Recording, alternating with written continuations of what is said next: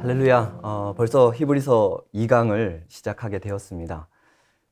이게 온라인으로 진행을 하다 보니까 아무래도 제약이 있는 것 같습니다. 제가 여러분들의 표정도 보고 또 이렇게 배우는 자세도 이렇게 보면서 제가 여러 가지 피드백도 하고 또 질문도 하고 또 반응에 맞게 또 강의에 대한 어떤 진행들이 있었으면 좋겠지만 그래도 이런 시기에 이렇게라도 우리가 같이 성경 공부할 수 있는 것에 너무나도 감사하면서 또 그렇게 열심히 여러분들이 있는 자리에서 최선을 다해가지고 저도 이렇게 온라인이지만 최선을 다해서 준비해서 이렇게 강의를 진행함을 통해 정말 하나님께 영광이 되고 또 서로에게 유익이 되는 그러한 성경 공부 시간이 되었으면 좋겠습니다.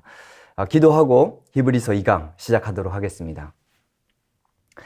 하나님 아버지, 이렇게 또 시간에 맞춰 자신의 시간을 들여 온라인이지만 하나님의 말씀을 배우고자 하나님 앞에 서서 성령님께 귀를 기울이며 히브리서 강의를 듣는 우리 모든 수강생들 위해 이것이 그냥 지식적인 배움으로 끝나지 않게 하여 주시고 하나님의 말씀이 그 심령에 새겨지고 또 그 삶 가운데 녹아들게 하여 주셔서 이들이 더욱 사랑하고 또 보고 싶어하는 예수님을 닮아가는 그러한 성화의 삶을 잘 살아내는 성도들로 세워질 수 있도록 하나님 이들 각자의 삶 가운데 함께하여 주시고 성령으로 도와주시고 역사하여 주시옵소서.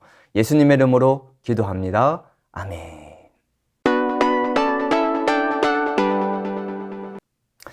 오늘은 먼저 복습을 하고 시작을 하도록 하겠습니다. 지난 시간 이 히브리서가 왜 어려운지 우리 같이 살펴보았죠. 히브리서 발신자도 유대인 출신의 목회자였고 히브리서 수신자들도 유대인 출신의 개종한 기독교인들, 성도들이었기 때문에 히브리인들과 히브리인들의 대화, 그래서 우리에게는 조금 어려울 수 있다라고 설명을 드렸었습니다. 그리고 이 히브리서를 쓰여진 목적에 관해서 설명을 드렸었는데 이 히브리인 유대교에 있었다가 개종해서 기독교인으로 살아가는 성도들이 여러 가지 어려움들 또 여러 가지 마음속의 혼란들로 인해서 다시금 유대교로 돌아가기를 원했던 또 흔들리고 있었던 그 성도들을 권면하기 위해서 이 히브리서가 쓰여졌다라고 설명을 해드렸고 편지의 형식을 띠고 있기는 하지만 설교문과 가까운 그런 형태를 띠고 있기 때문에 그런 부분에 있어서 우리가 좀 딱딱하게 이 히브리서가 느껴질 수 있다라고도 설명을 드렸습니다. 그래서 히브리서 전체적으로 어떻게 이 예수님에 관하여서 논증하고 있는지를 간략하게 살펴보면 1장과 2장에서는 천사, 그리고 3장과 4장 전반부까지는 모세, 그리고 4장 후반부부터 7장까지는 제사장, 그리고 8장에서 10장 전반절까지는 옛 언약과 예수님을 계속해서 비교해 가면서 예수님이 얼마나 우월하신 분인지를 논증하고 있는 것이죠. 그래서 10장 후반절부터 13장까지는 결론적으로 이러한 예수님을 믿음으로 살아갈 때 고난이 따라오게 되고 그 고난 가운데서 우리가 인내해야 한다라는 이런 권면을 하고 있습니다. 그래서 오늘은 우리가 함께 히브리서 1장에서 2장을 살펴볼 텐데요. 제가 6가지로 그 내용을 조금 정리를 해 보았습니다. 첫째, 하나님은 말씀하시는 분이다. 이것이 이제 첫 번째 우리가 생각해 볼 메시지인데요. 히브리서 1장에 보게 되면 이 말씀이라는 단어가 여러 번 반복돼서 나옵니다. 1절, 2절, 3절, 6절, 7절, 8절, 10절, 14절 이렇게 여러 번 반복해서 이 말씀이라는 단어가 등장을 하고 있는 것이죠. 성경에서 무엇인가를 강조하려고 할 때 너무, 아주, 매우 이런 표현들이 없기 때문에 여러 번 반복해서 표현함을 통해 그 단어나 문장, 메시지를 강조한다라고 제가 지난번 강의 때 설명을 해드린 적이 있습니다. 창세기 1장에서도 우리가 다 잘 알고 있듯이 하나님께서 천지 창조를 하실 때 이르시되, 즉 말씀으로 창조하신 것을 우리가 알고 있습니다. 그런데 사실 하나님은 굳이 말씀하지 않으셔도 무엇이든 생각만으로도 다 하실 수 있는 분이십니다. 그렇지만 말씀을 통해 약속하시고 말씀을 통해 이루시며 그 말씀대로 역사하시는 분이 하나님이시기 때문에 우리가 이렇게 성경을 공부하고 있는 것이죠. 우리가 계속해서 말씀을 공부하고 알아가야 하는 이유도 하나님께서는 이 말씀을 통해 약속하시고 일하시고 성취하시고 역사하시기 때문입니다. 그래서 여러분들이 신앙생활을 하면서 가장 중요하게 또 붙들어야 할 것 중에 하나가 바로 이 성경을 공부하는 것인 것이죠. 우리가 예수님을 믿고 살아가면서 당하는 여러 가지 어려움들이 있습니다.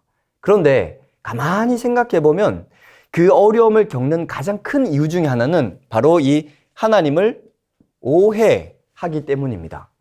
이 하나님을 오해한다라는 것은 결국 하나님에 대해서 잘못 알고 있거나 또 하나님에 대해서 모르기 때문에 이 하나님을 오해하게 되는데, 우리가 여러 가지 어려움들 가운데 이 하나님이 여전히 우리와 함께하고 계시고 또 능치 못함이 없으신 분이고 누구보다도 우리의 어려움과 힘듦을 잘 알고 있는 분이라는 것을 우리가 계속해서 믿고 있다면 사실 우리는 그 어려움 가운데서도 그렇게 많이 흔들리지는 않을 것입니다.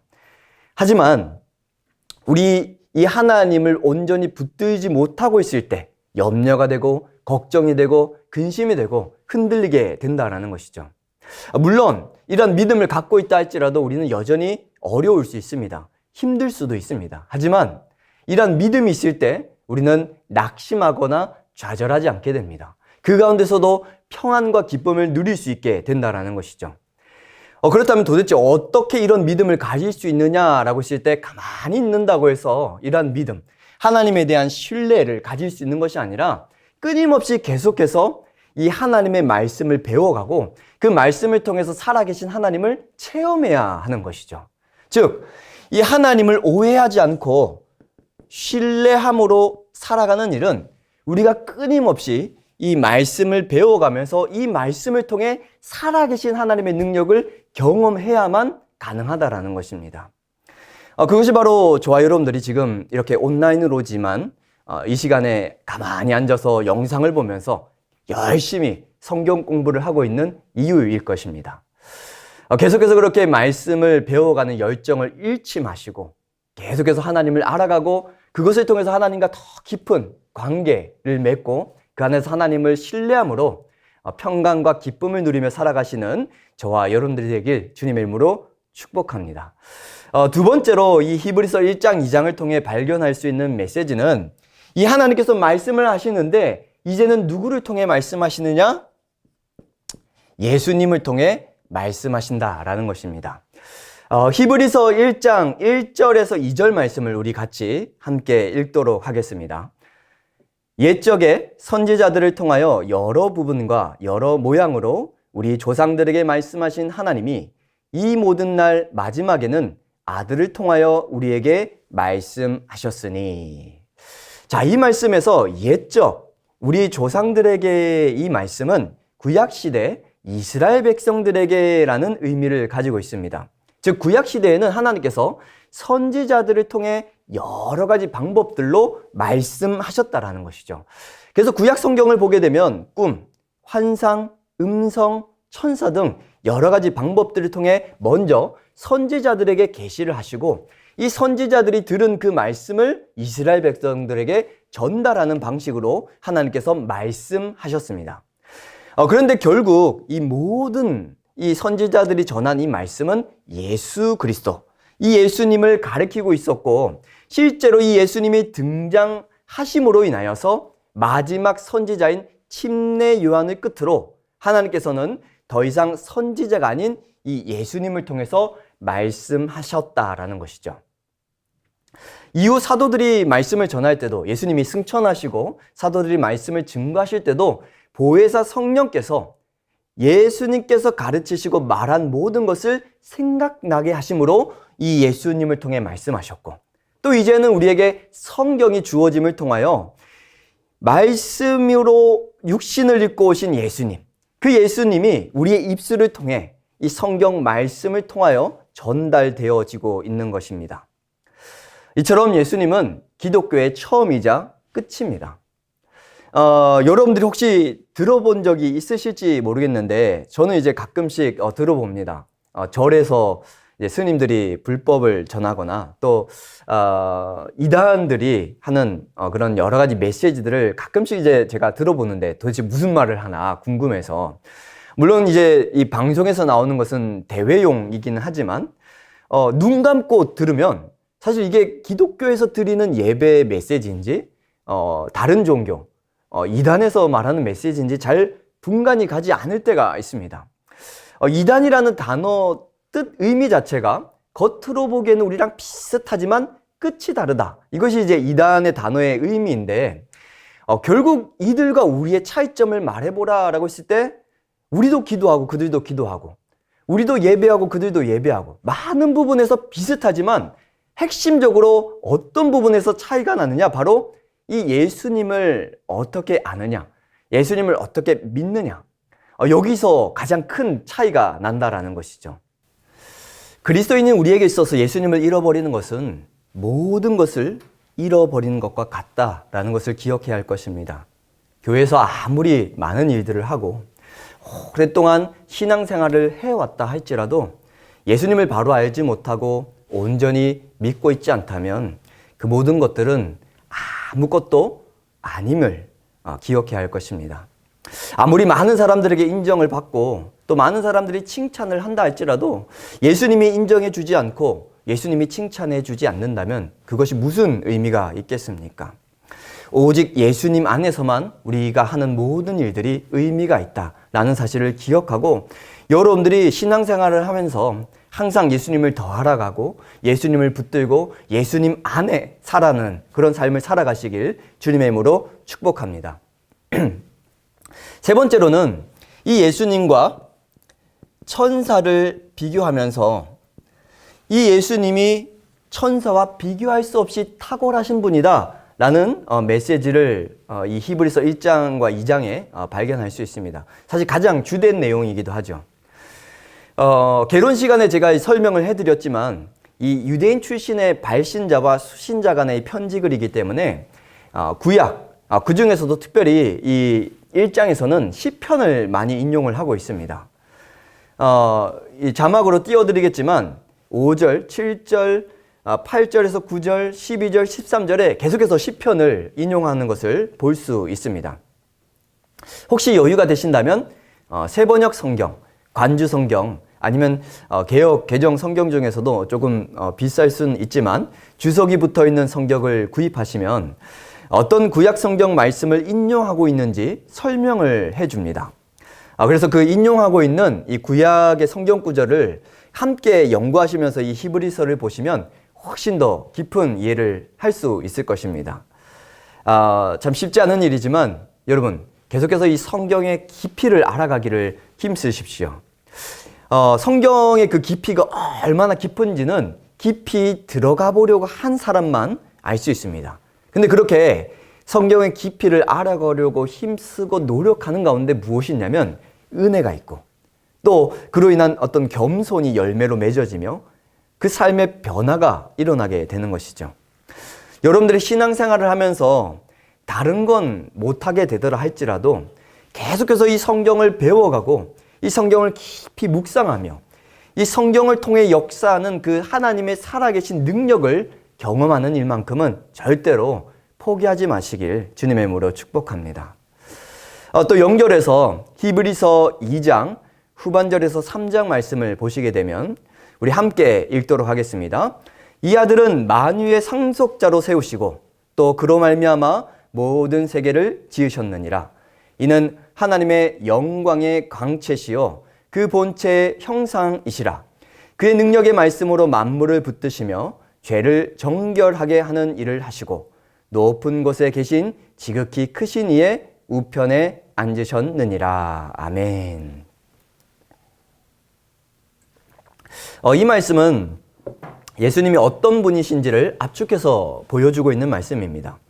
모든 만물의 상속자, 즉 하나님께서 모든 만물의 주인으로 세우신 분이시고 만물을 하나님과 함께 창조하신 분이실 뿐만 아니라 하나님과 동등되는 분이시며 말씀으로 세상을 다스리시고 통치하실 뿐만 아니라 죄에 빠진 우리를 정결하게 하시며 하나님 보좌 우편에 앉으셔서 하나님으로부터 모든 권세를 받아 다스리고 통치하시는 분이 바로 우리 예수님이시라는 것이죠. 우리는 감히 이 가까이도 하지 못할 이런 분이 우리와 같이 되셨을 뿐만 아니라 우리를 위해 대신 죽으셨다라는 것입니다. 그런데 우리 스스로를 좀 살펴보면 세상에 굉장히 힘이 있고 또 능력 있는 권세자들에 대해서는 우리가 그들을 존경하거나 또 무서워하는 경향이 있지만 예수님에 관해서는 우리가 너무나도 지나치게 관대하고 친근하게 대하는 경향이 있진 않은지 생각해 봤으면 좋겠습니다.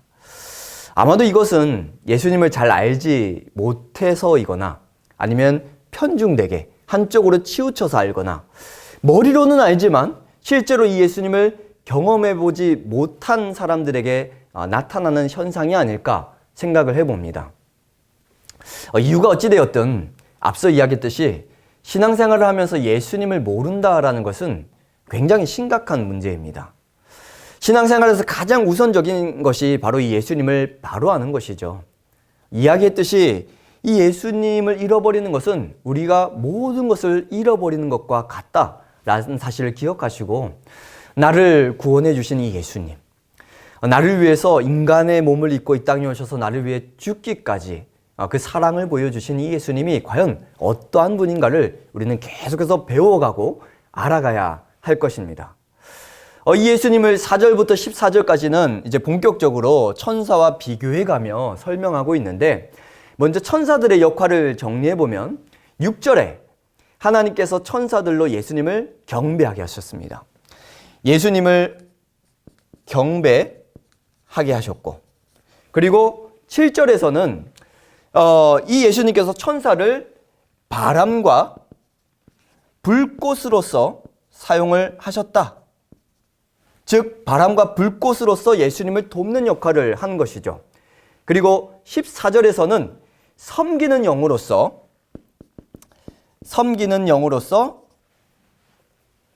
구원받을 상속자들, 즉 예수님을 믿고 구원받은 저와 여러분들을 섬기는 일을 하는 존재가 바로 이 천사라고 설명을 하고 있습니다.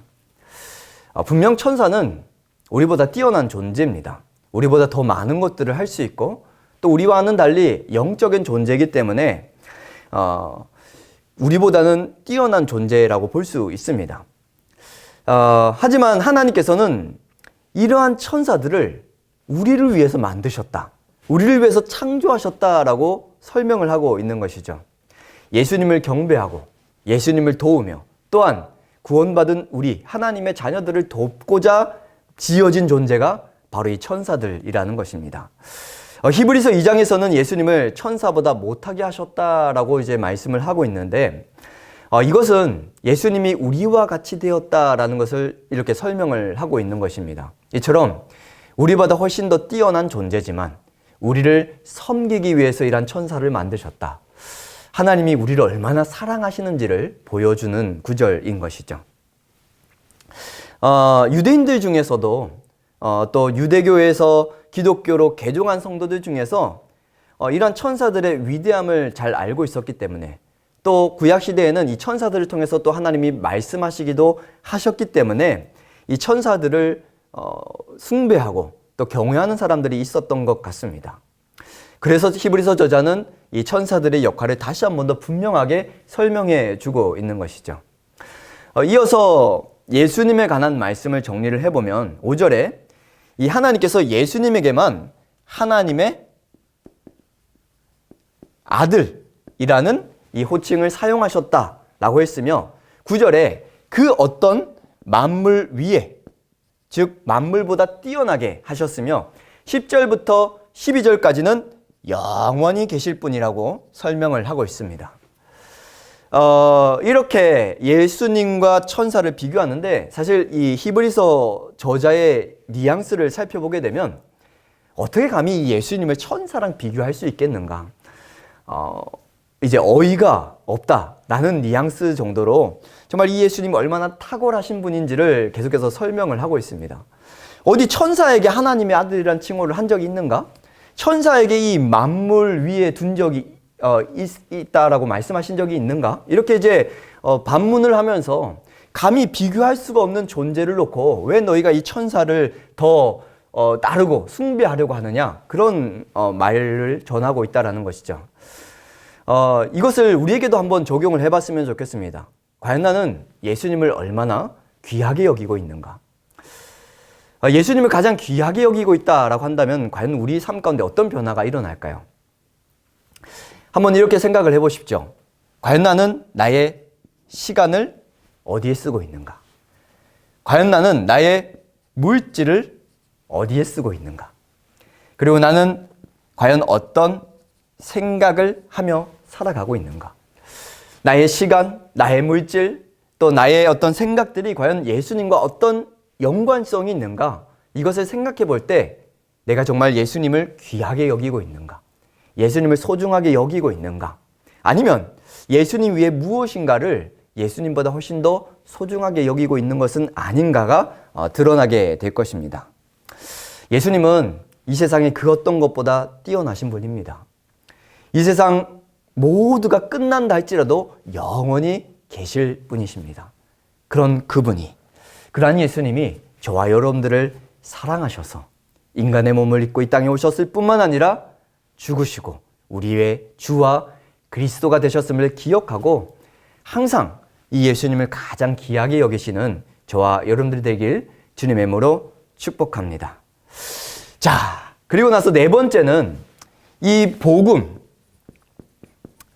복음에 관하여서 우리가 굳게 붙들어야 한다라는 메시지를 발견할 수 있습니다.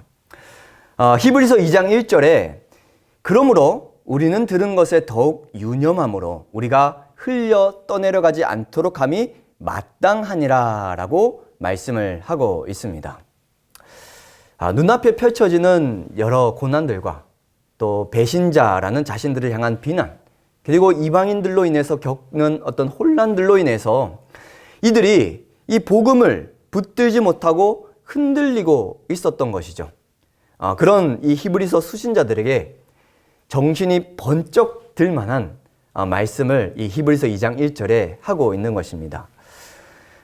목자훈련학교를 혹시 들어보신 목자분들이 계시다면 아시겠지만 이 목자훈련학교 두 번째, 세 번째 시간에 배우게 되는 것이 바로 십자가 부활입니다. 아니, 목자를 할 만한 사람이라면 당연히 이 복음을 너무나도 잘 알고 믿을 텐데 왜 다시 이것을 배우느냐? 이런 질문을 하실 수 있을 텐데 그것은 이 복음이 너무나도 중요한 것이기 때문이기도 하고 이 복음을 계속해서 들어서 굳게 붙들어야 할 것이기 때문이기도 합니다. 골로새서 1장 23절 말씀 우리 같이 함께 읽겠습니다. 만일 너희가 믿음에 거하고 터 위에 굳게 서서 너희 들은 바 복음의 소망에서 흔들리지 아니하면 그리하리라. 아멘. 우리는 익숙함에 속아 소중한 것을 너무나 쉽게 아무것도 아닌 것처럼 생각할 때가 있습니다. 결국 그것을 잃어봐야 그것이 얼마나 소중했었는지를 뒤늦게 알게 되는 것이죠. 신앙생활을 하면 할수록 익숙해지는 구원의 감격, 복음의 능력, 예수님의 가치를 우리는 꼭 붙들어야 할 것입니다. 그러기 위해서는 우리는 주기적으로 이 복음을 듣고 배우고 묵상해야 합니다. 또 그것을 붙들고 살아가고자 힘써야 하는 것이죠. 에베소 교회가 이것을 놓쳐서 첫사랑을 잃어버렸다라고 하나님께 책망을 당했었습니다. 우리가 날마다 이 복음을 더욱더 굳게 붙들고자 주기적으로 다시 한 번 더 내가 이 복음을 붙들고 살아가는지를 점검해보며 살아가시길 바랍니다. 그리고 그렇게 살아가게 될 때 자연스럽게 맺게 되는 열매가 있는데 바로 복음을 증거하는 삶을 살게 되는 것입니다. 우리 함께 히브리서 2장 3절 후반절에서 4절 말씀을 읽겠습니다. 이 구원은 처음에 주로 말씀하신 바요 들은 자들이 우리에게 확증한 바니 하나님도 표적들과 기사들과 여러 가지 능력과 및 자기 뜻에 따라 성령이 나누어 주신 것으로서 그들과 함께 증언하셨느니라. 아멘. 이 복음은 예수님께로 나서 우리에게 주어졌으며 이제는 우리를 통해 증거되고 있습니다. 또 우리가 증거할 때 하나님께서 표적, 기사, 능력, 성령이 나누어 주신 것들로서 함께 증거하시는 것이죠. 우리가 전도를 하라라고 얘기를 했을 때 사실 의무감, 책임감으로만 해서는 안 되는 것이 전도입니다. 물론 훈련이 필요하고 하기 싫어하는 우리의 본성과 싸워서라도 해야 되는 것이 전도이긴 하지만 우리가 정말 좋은 곳에 갔다 와보고 또 맛있는 것을 먹어보면 시키지 않아도 그곳을 자랑하고 또 그걸 먹어보라고 권하게 되듯이 복음의 진짜 가치와 능력을 경험한 사람이라면 이것을 증거하지 않고는 못 견디게 되는 것이죠. 이것이 복음의 능력입니다. 물론 이렇게 복음을 증거하려고 할 때 어려움과 힘듦이 있을 것입니다. 그래서 이 복음을 증거하는 것이 어렵다, 힘들다, 안 된다라고 생각할 수 있지만 이 복음을 증거하려고 할 때 내 힘으로는 안 될 거라 생각했는데 하나님이 함께 역사하심을 통해서 되어지는 것을 보고 더 힘을 내서 이 복음을 증거하게 되는 것이 바로 복음을 증거하는 삶에 살아가는 삶의 모습이라는 것입니다. 그리고 그렇게 복음이 증거됨을 통해서 맺어진 열매가 바로 저와 여러분들입니다. 예루살렘에서 시작된 이 복음이 오늘날 풍성하게 열매를 맺어서 이렇게 우리가 신앙생활을 하며 살아가고 있는 것이죠. 여러분들도 마찬가지로 날마다 이 복음을 굳게 붙드심을 통하여서 열매를 맺어 살아가는 삶을 살아가시길 주님의 이름으로 축복합니다. 자, 5번째. 네, 벌써 5번째입니다. 힘을 내십시오. 네, 다시 한번 정신을 가다듬고 이렇게 기지개도 좀 펴시고 이렇게 또 다시 한번 더 돌아보면서 집중해서 마지막까지 같이 잘 공부했으면 좋겠습니다. 자, 5번째. 천사와 비교할 수조차 없는 영광스러운 예수님께서 이제 앞서 설명을 했었죠. 이런 예수님께서 친히 우리를 위해 이 예수님께서 낮아지셨습니다. 낮아지셨다. 네. 우리 함께 히브리서 2장 8절에서 9절 말씀을 같이 읽겠습니다. 만물을 그 발 아래 복종하게 하셨느니라 하였으니 만물로 그에게 복종하게 하셨은즉 복종하지 않은 것이 하나도 없어야 하겠으나 지금 우리가 만물이 아직 그에게 복종하고 있는 것을 보지 못하고 오직 우리가 천사들보다 잠시 동안 못하게 하심을 입은 자 곧 죽음의 고난을 받으심으로 말미암아 영광과 존귀로 관을 쓰신 예수를 보니 이를 행하심은 하나님의 은혜로 말미암아 모든 사람을 위하여 죽음을 맛보려 하심이라. 히브리서 1장에서도 설명했었지만 이 예수님은 우리가 감히 상상할 수조차 없을 정도로 영광스러운 분이십니다. 사실 천사도 만약 우리가 진짜 천사를 본다면 범상치 않은 존재이겠지만 그 천사와 비교할 수도 없이 높으신 분이 예수님이라는 것이죠. 그런데 이렇게 높고 높은 정말 가까이 하기엔 너무나 먼 이 예수님께서 자발적으로 천사보다 못한 우리와 같은 인간이 되셨다라는 것입니다. 거기서 끝나지 않고 우리와 같은 죄인, 원수였던 우리를 위해서 고난을 당하시고 죽으셨다라는 것이죠. 입장을 바꿔서 한번 생각을 해봅시다. 우리가 정말 잘 알지도 못한 사람, 아니 정말 원수처럼 생각하는 그 사람을 위해서 내가 가진 모든 것을 다 포기하고 내려놓을 뿐만 아니라 그 사람을 대신해서 벌을 받거나 아니면 그 사람을 대신해서 내가 죽어야 한다라고 생각을 해봅시다. 여러분들은 모르겠지만 저라면 정말 하기 싫을 뿐만 아니라 내가 도대체 왜 그래야 되느냐고 그렇게 따지지 않을까 생각을 해봅니다. 그렇다면 도대체 예수님은 왜 원수와 같았던 죄인인 저와 여러분들을 위해서 죽으신 것일까요? 성경은 이것을 하나님의 은혜로 말미암아라고 설명을 하고 있습니다. 결국 저와 여러분들이 구원을 받은 것은 은혜로 받은 것이죠. 무엇인가 이유를 찾고 조건을 찾았다면 우리는 모두 죽었을 것입니다. 하지만 하나님께서는 그 어떤 조건, 이유를 따지지 않으셨고 은혜로 하나님의 아들이신 예수님을 이 땅에 보내셨고 우리를 대신해 그 공의로우신 하나님의 진노를 쏟아 부으심으로 우리를 구원하신 것입니다. 우리는 결코 이러한 은혜를 받은 자임을, 이러한 은혜를 받은 자임을 절대로 잊어서는 안 될 것입니다. 은혜가 아니면 우리가 어떻게 이 자리에 있을 수 있겠습니까? 은혜가 아니면 우리가 어떻게 이렇게 성경 공부를 하며 하나님과 친밀한 교제를 가질 수 있겠습니까? 은혜가 아니면 어떻게 그 하나님을 사랑하며 하나님의 자녀로서 하나님의 능력을 힘입어 이 땅에서 하나님을 찬송하고 경배하며 이렇게 의미 있는 가치 있는 삶을 살아갈 수 있겠습니까? 우리는 아무것도 자랑할 수 없는 자들이고 그 하나님에게 큰 사랑에 빚진 자임을 잊지 말아야 할 것입니다. 이 은혜를 붙들고 이 은혜를 잊지 않고 살아갈 때 우리는 범사에 감사할 수 있게 됩니다. 이 은혜를 잊지 않고 살아갈 때 날마다 매주 주일마다 감격스러운 예배를 드릴 수 있게 되는 것입니다. 사랑하는 여러분, 우리는 은혜 없이 온전히 살아갈 수 없는 자임을 기억하십시오. 은혜 없이 살아갈 수는 있습니다. 껍데기로, 겉모양으로 그냥 치장해서 경건의 모양만 갖추고 살아갈 수는 있습니다. 하지만 은혜 없이는 하나님의 자녀로서 기쁨과 감사와 평강을 누리며 정말 이 복된 하나님이 주시는 유익을 누리며 살아갈 수 없음을 기억하시기 바랍니다. 만약 내 삶 가운데 감사가 사라졌다. 내 삶 가운데 그 예배로 인한 기쁨과 즐거움이 사라졌다. 내 삶 가운데 정말 하나님과 동행함으로 인하여서 현실의 걱정을 뛰어넘고 근심을 뛰어넘는 그런 일들이 사라졌다라고 한다면 내가 은혜를 놓치고 살아가고 있진 않았는지 그것을 먼저 점검해 보시기 바랍니다.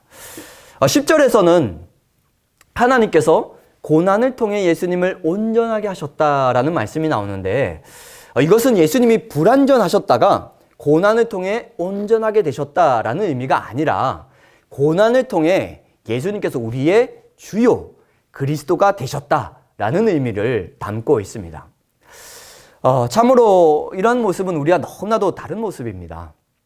저 또한 그렇지만 우리는 어떻게 해서든 좀 높아지고 싶은 마음이 있습니다. 또 인정받기를 원합니다.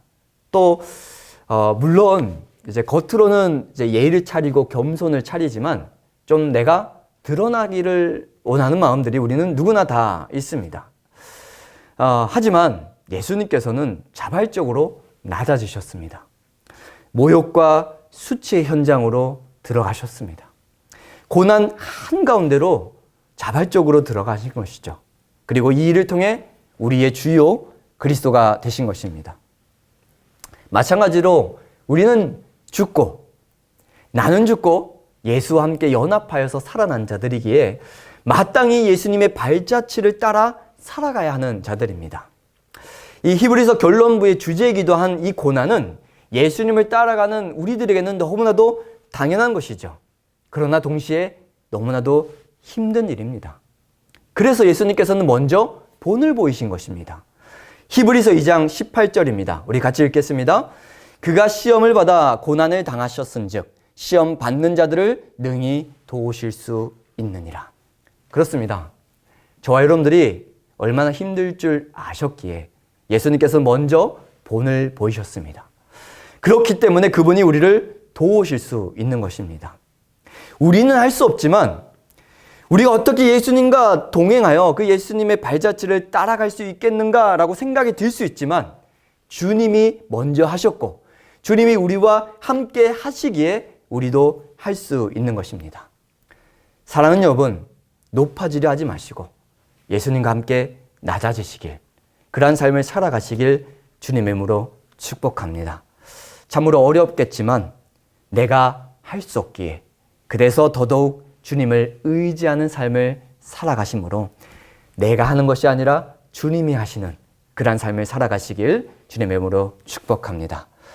자, 마지막으로 6번째, 이 히브리서 1장 2장을 통해서 알 수 있는 6번째 메시지는 이 예수님께서 승리하셨다라는 것입니다.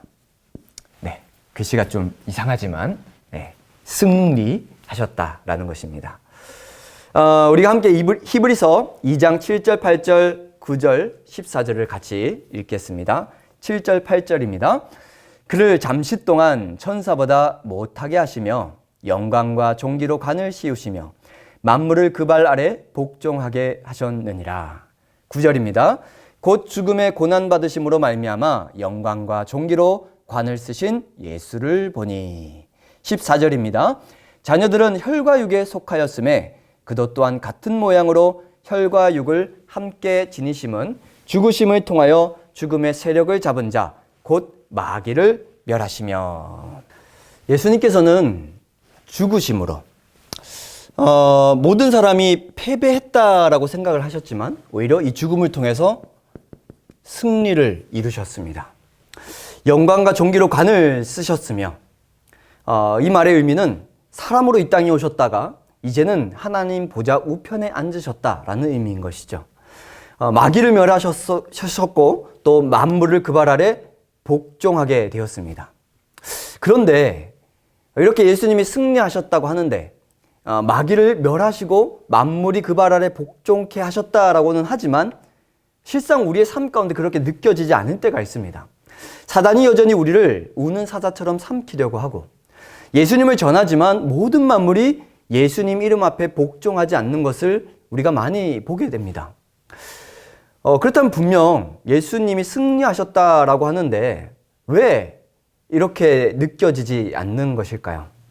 지난번 강의 때도 몇 번 설명한 적이 있고 담임 목사님께서도 설교 때 말씀하신 적이 있지만 예수님께서는 이미 승리하셨지만 아직까지 계속해서 이겨가고 있는 중이기 때문입니다.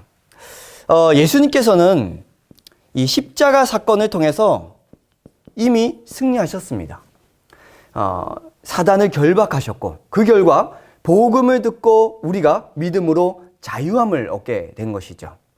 하지만 아직까지는 사단이 계속해서 믿는 자들을 공격하고 또 모든 만물이 예수님께 복종하지 않는 것처럼 보여지지만 이제 믿는 택함을 받은 하나님의 백성들이 다 돌아오게 되는 그 순간 이게 예수님의 재림을 통하여 사단 마귀가 무적행으로 영원히 갇히게 되고 또 모든 만물이 새롭게 되어서 원래 창조되었던 그때로 그래서 예수님께 모든 만물이 복종하게 되는 때가 반드시 오게 된다라는 것이죠. 우리는 이것을 믿음으로 바라볼 수 있어야 할 것입니다. 때로는 우리가 인생을 살아가면서 이 예수님께서 아무런 힘이 없는 것 같아 보이고 이 예수님이 살아계시고 이미 이기셨다라고 말씀하고 또 모든 만물의 창조주시며 말씀으로 다스리시고 통치하시는 분이라고 알고는 있지만 실제로 느껴지지 않는 이러한 삶 가운데서 우리가 예수님이 이미 승리하셨고 반드시 궁극적으로 승리하게 되실 것이라는 이 믿음을 갖고 살아가야 한다라는 것이죠. 우리가 이러한 삶을 살아갈 때 무엇을 우리가 좀 증거로 생각을 해볼 수 있을까요? 눈에 보이진 않지만 눈에 보여지는 증거들 중에 우리가 붙들 수 있는 것이 무엇이 있을까요? 저는 가장 큰 증거가 바로 저와 여러분들이라고 생각을 합니다. 나와 같은 죄인이 예수님을 믿고 예수님을 닮아가는 삶을 살아가고 있다는 것. 더디지만 정말 조금씩이지만 예수님의 모습을 조금씩 닮아가고 있다는 것. 저는 이것이 하나님이 살아계신 증거요. 예수님이 승리하셨다는 증거요. 예수님이 반드시 승리하실 것이라는 증거임을 믿습니다. 사랑하는 여러분, 여러분들 삶 가운데서도 어떤 기적적인 변화, 정말 눈에 보여지게 드러나는 어떤 큰 변화가 없다 할지라도 나와 같은 죄인이 이 예수님이 인간의 몸을 입고 이 땅에 오셔서 십자가에 죽으심이 나와 같은 죄인 때문이라고 그렇게 나를 사랑하셔서 나를 위하여 그렇게 죽으셨노라고 믿어지는 것. 여러분 이것이 예수님이 승리하셨다라는 가장 큰 증거입니다. 또한 여러분들이 그 믿음을 통하여서 계속해서 그 예수님의 발자취를 따라 아무리 힘들고 어렵다 할지라도 포기하지 않고 이렇게 성경을 배우고 이 말씀을 배운 대로 살아내려고 하고 이 말씀을 통해 조금씩 열매를 맺어가는 삶을 살아가고 있다는 것. 그렇게 복음이 증거되고 있다는 것. 이것이 바로 예수님이 승리하셨다는 비결이라는 것입니다. 그리고 그렇게 승리하게 하실 것입니다. 때로는 여러분들 삶 가운데 크고 작은 실패가 있고 낭망이 있고 절망이 있을 수 있지만 너무 실망하지 마십시오. 너무 좌절하지 마십시오. 예수님께서는 반드시 우리로 승리케 하실 것입니다. 이제 결론을 맺도록 하겠습니다. 이 히브리서 전체는 히브리서 1장, 2장 전체는 이 천사와 예수님을 비교하면서 물론 이 천사도 굉장히 뛰어난 존재이지만 이보다 훨씬 더 영광스럽고 놀라우신 분이 예수님이다를 구약에 특별히 시편을 여러 번 인용하면서 아마 우리보다는 유대인 출신의 이 성도들에게 훨씬 더 와닿았을 것 같습니다. 이 예수님이 얼마나 영광스러운 분인지, 이 예수님이 얼마나 뛰어나신 분인지, 이 예수님이 얼마나 위대하신 분인지가 확연히 드러났을 것입니다. 그런데 이런 예수님이 저와 여러분들과 같은 죄인 되었던, 원수 되었던 우리를 위해 우리와 같은 인간이 되셨고 천사보다 잠시 못하게 되셨고 뿐만 아니라 우리를 위해서 고난당하시고 죽으셨다는 것이죠. 그 이유가 뭐냐? 하나님의 은혜라는 것입니다. 이 은혜로 예수님께서 우리를 위해서 죽으심으로 우리가 이렇게 하나님의 자녀가 될 수 있었다라는 것이죠. 그래서 이 죽음은 승리로 이어졌고 이 예수님의 승리는 이제 우리의 삶 가운데 크고 작은 그 승리들로 이어지고 있는 것입니다. 우리는 복음을 전하면서 그 복음이 당장에는 아니지만 하나님께서 반드시 열매 맺는 것을 보게 됩니다. 그리고 궁극적으로는 하나님께서 택한 백성들을 다 구원하실 때가 이르게 될 것입니다. 그 일에 우리가 쓰여지고 있는 것이죠. 그 일에 우리가 사용되어지고 있는 것입니다. 그러할 때 가장 중요한 것이 뭐냐? 바로 이 하나님의 말씀을, 이 복음을 굳게 붙들고 흔들리지 않는 것입니다.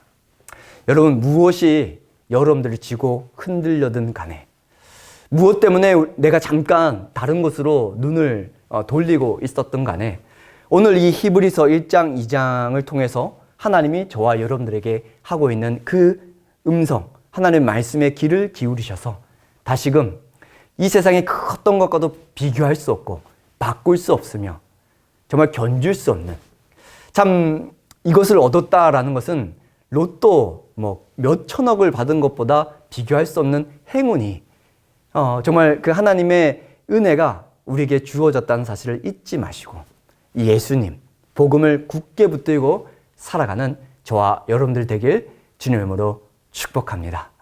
네, 오랜 시간 너무 고생하셨습니다. 계속해서 여러분들이 이 히브리서 말씀을 읽어보시고 묵상하시고 또 이렇게 강의를 들으시면서 좀 이해가 안 되거나 궁금한 점이 있다면 우리 이정윤 전도사님께 질문을 또 해주시면 제가 다음 강의 때 또 답변을 해드리거나 아니면 개별적으로 또 답변을 해드리도록 하겠습니다. 부족하지만 이렇게 또 강의를 하는 저를 위해서도 기도 많이 해주시고 특별히 이렇게 촬영으로 수고하시는 우리 이정윤 전도사님을 위해서도 기도해 주시기 바랍니다. 기도하고 오늘 강의 마치도록 하겠습니다. 하나님 아버지, 참으로 놀랍고 놀랐습니다. 정말 천사도 우리가 감히 범접할 수 없을 정도로 뛰어난 존재이지만 그것과는 비교할 수도 없는, 감히 우리가 가까이 할 수도 없는 이 예수님께서 우리와 같이 인간의 몸을 입고 이 땅에 오셨고 또 원수 되었던, 죄인 되었던 우리를 위해서 친히 수치와 고난과 모욕을 받으셨을 뿐만 아니라 자신의 생명까지도 내어주심으로 우리가 이렇게 하나님의 자녀로 살아가며 예수님과 동행함으로 예수님의 사랑을 받으며 예수님과 친밀한 교제를 누리며 살아가는 자가 되었음을 다시 한 번 더 이 히브리서 말씀을 통해서 깨닫게 되었습니다. 하나님, 내가 도대체 무엇 때문에 이 귀하고 소중한 진리를 놓치고 있었습니까? 내 시간을 쓰고 내 물질을 쓰고 또 내 생각을 무엇에 정신을 빼앗겨 살아가고 있었는지, 익숙함에 속아서 이것이 얼마나 귀한 것인지를 놓치고 살아가진 않았는지 이 시간 다시 한 번 더 돌아보게 하여 주셔서 복음을 굳게 붙들고 살아가는 우리 모든 강남중앙 침례교회 성도들 다 되게 하여 주시옵소서. 그래서 예수로 살고 예수로 죽는, 예수님만을 드러내고 나타내는 그 예수님이 복음을 증거하는 데 귀하게 사용되어지는 그런 인생을 살아갈 수 있도록 하나님께서 성령으로 붙드시고 역사하여 주시옵소서. 사단 마귀의 기계로부터 지켜보아여 주시옵고 날마다 영적 전쟁 가운데서도 승리할 수 있게 하여 주시옵고 믿음으로 이미 이루신 또 반드시 승리하실 그 주님의 승리를 붙들고 아무리 환경과 상황이 어렵다 할지라도 아무리 보여지는 모습들이 절망적이라 할지라도 그 예수님의 승리를 믿음으로 날마다 승리를 선포하고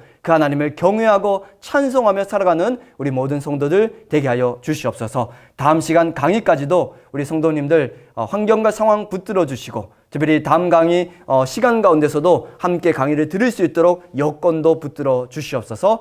이번도 말씀 살아계신 우리 주 예수 그리스도 받들어 기도합니다. 아멘.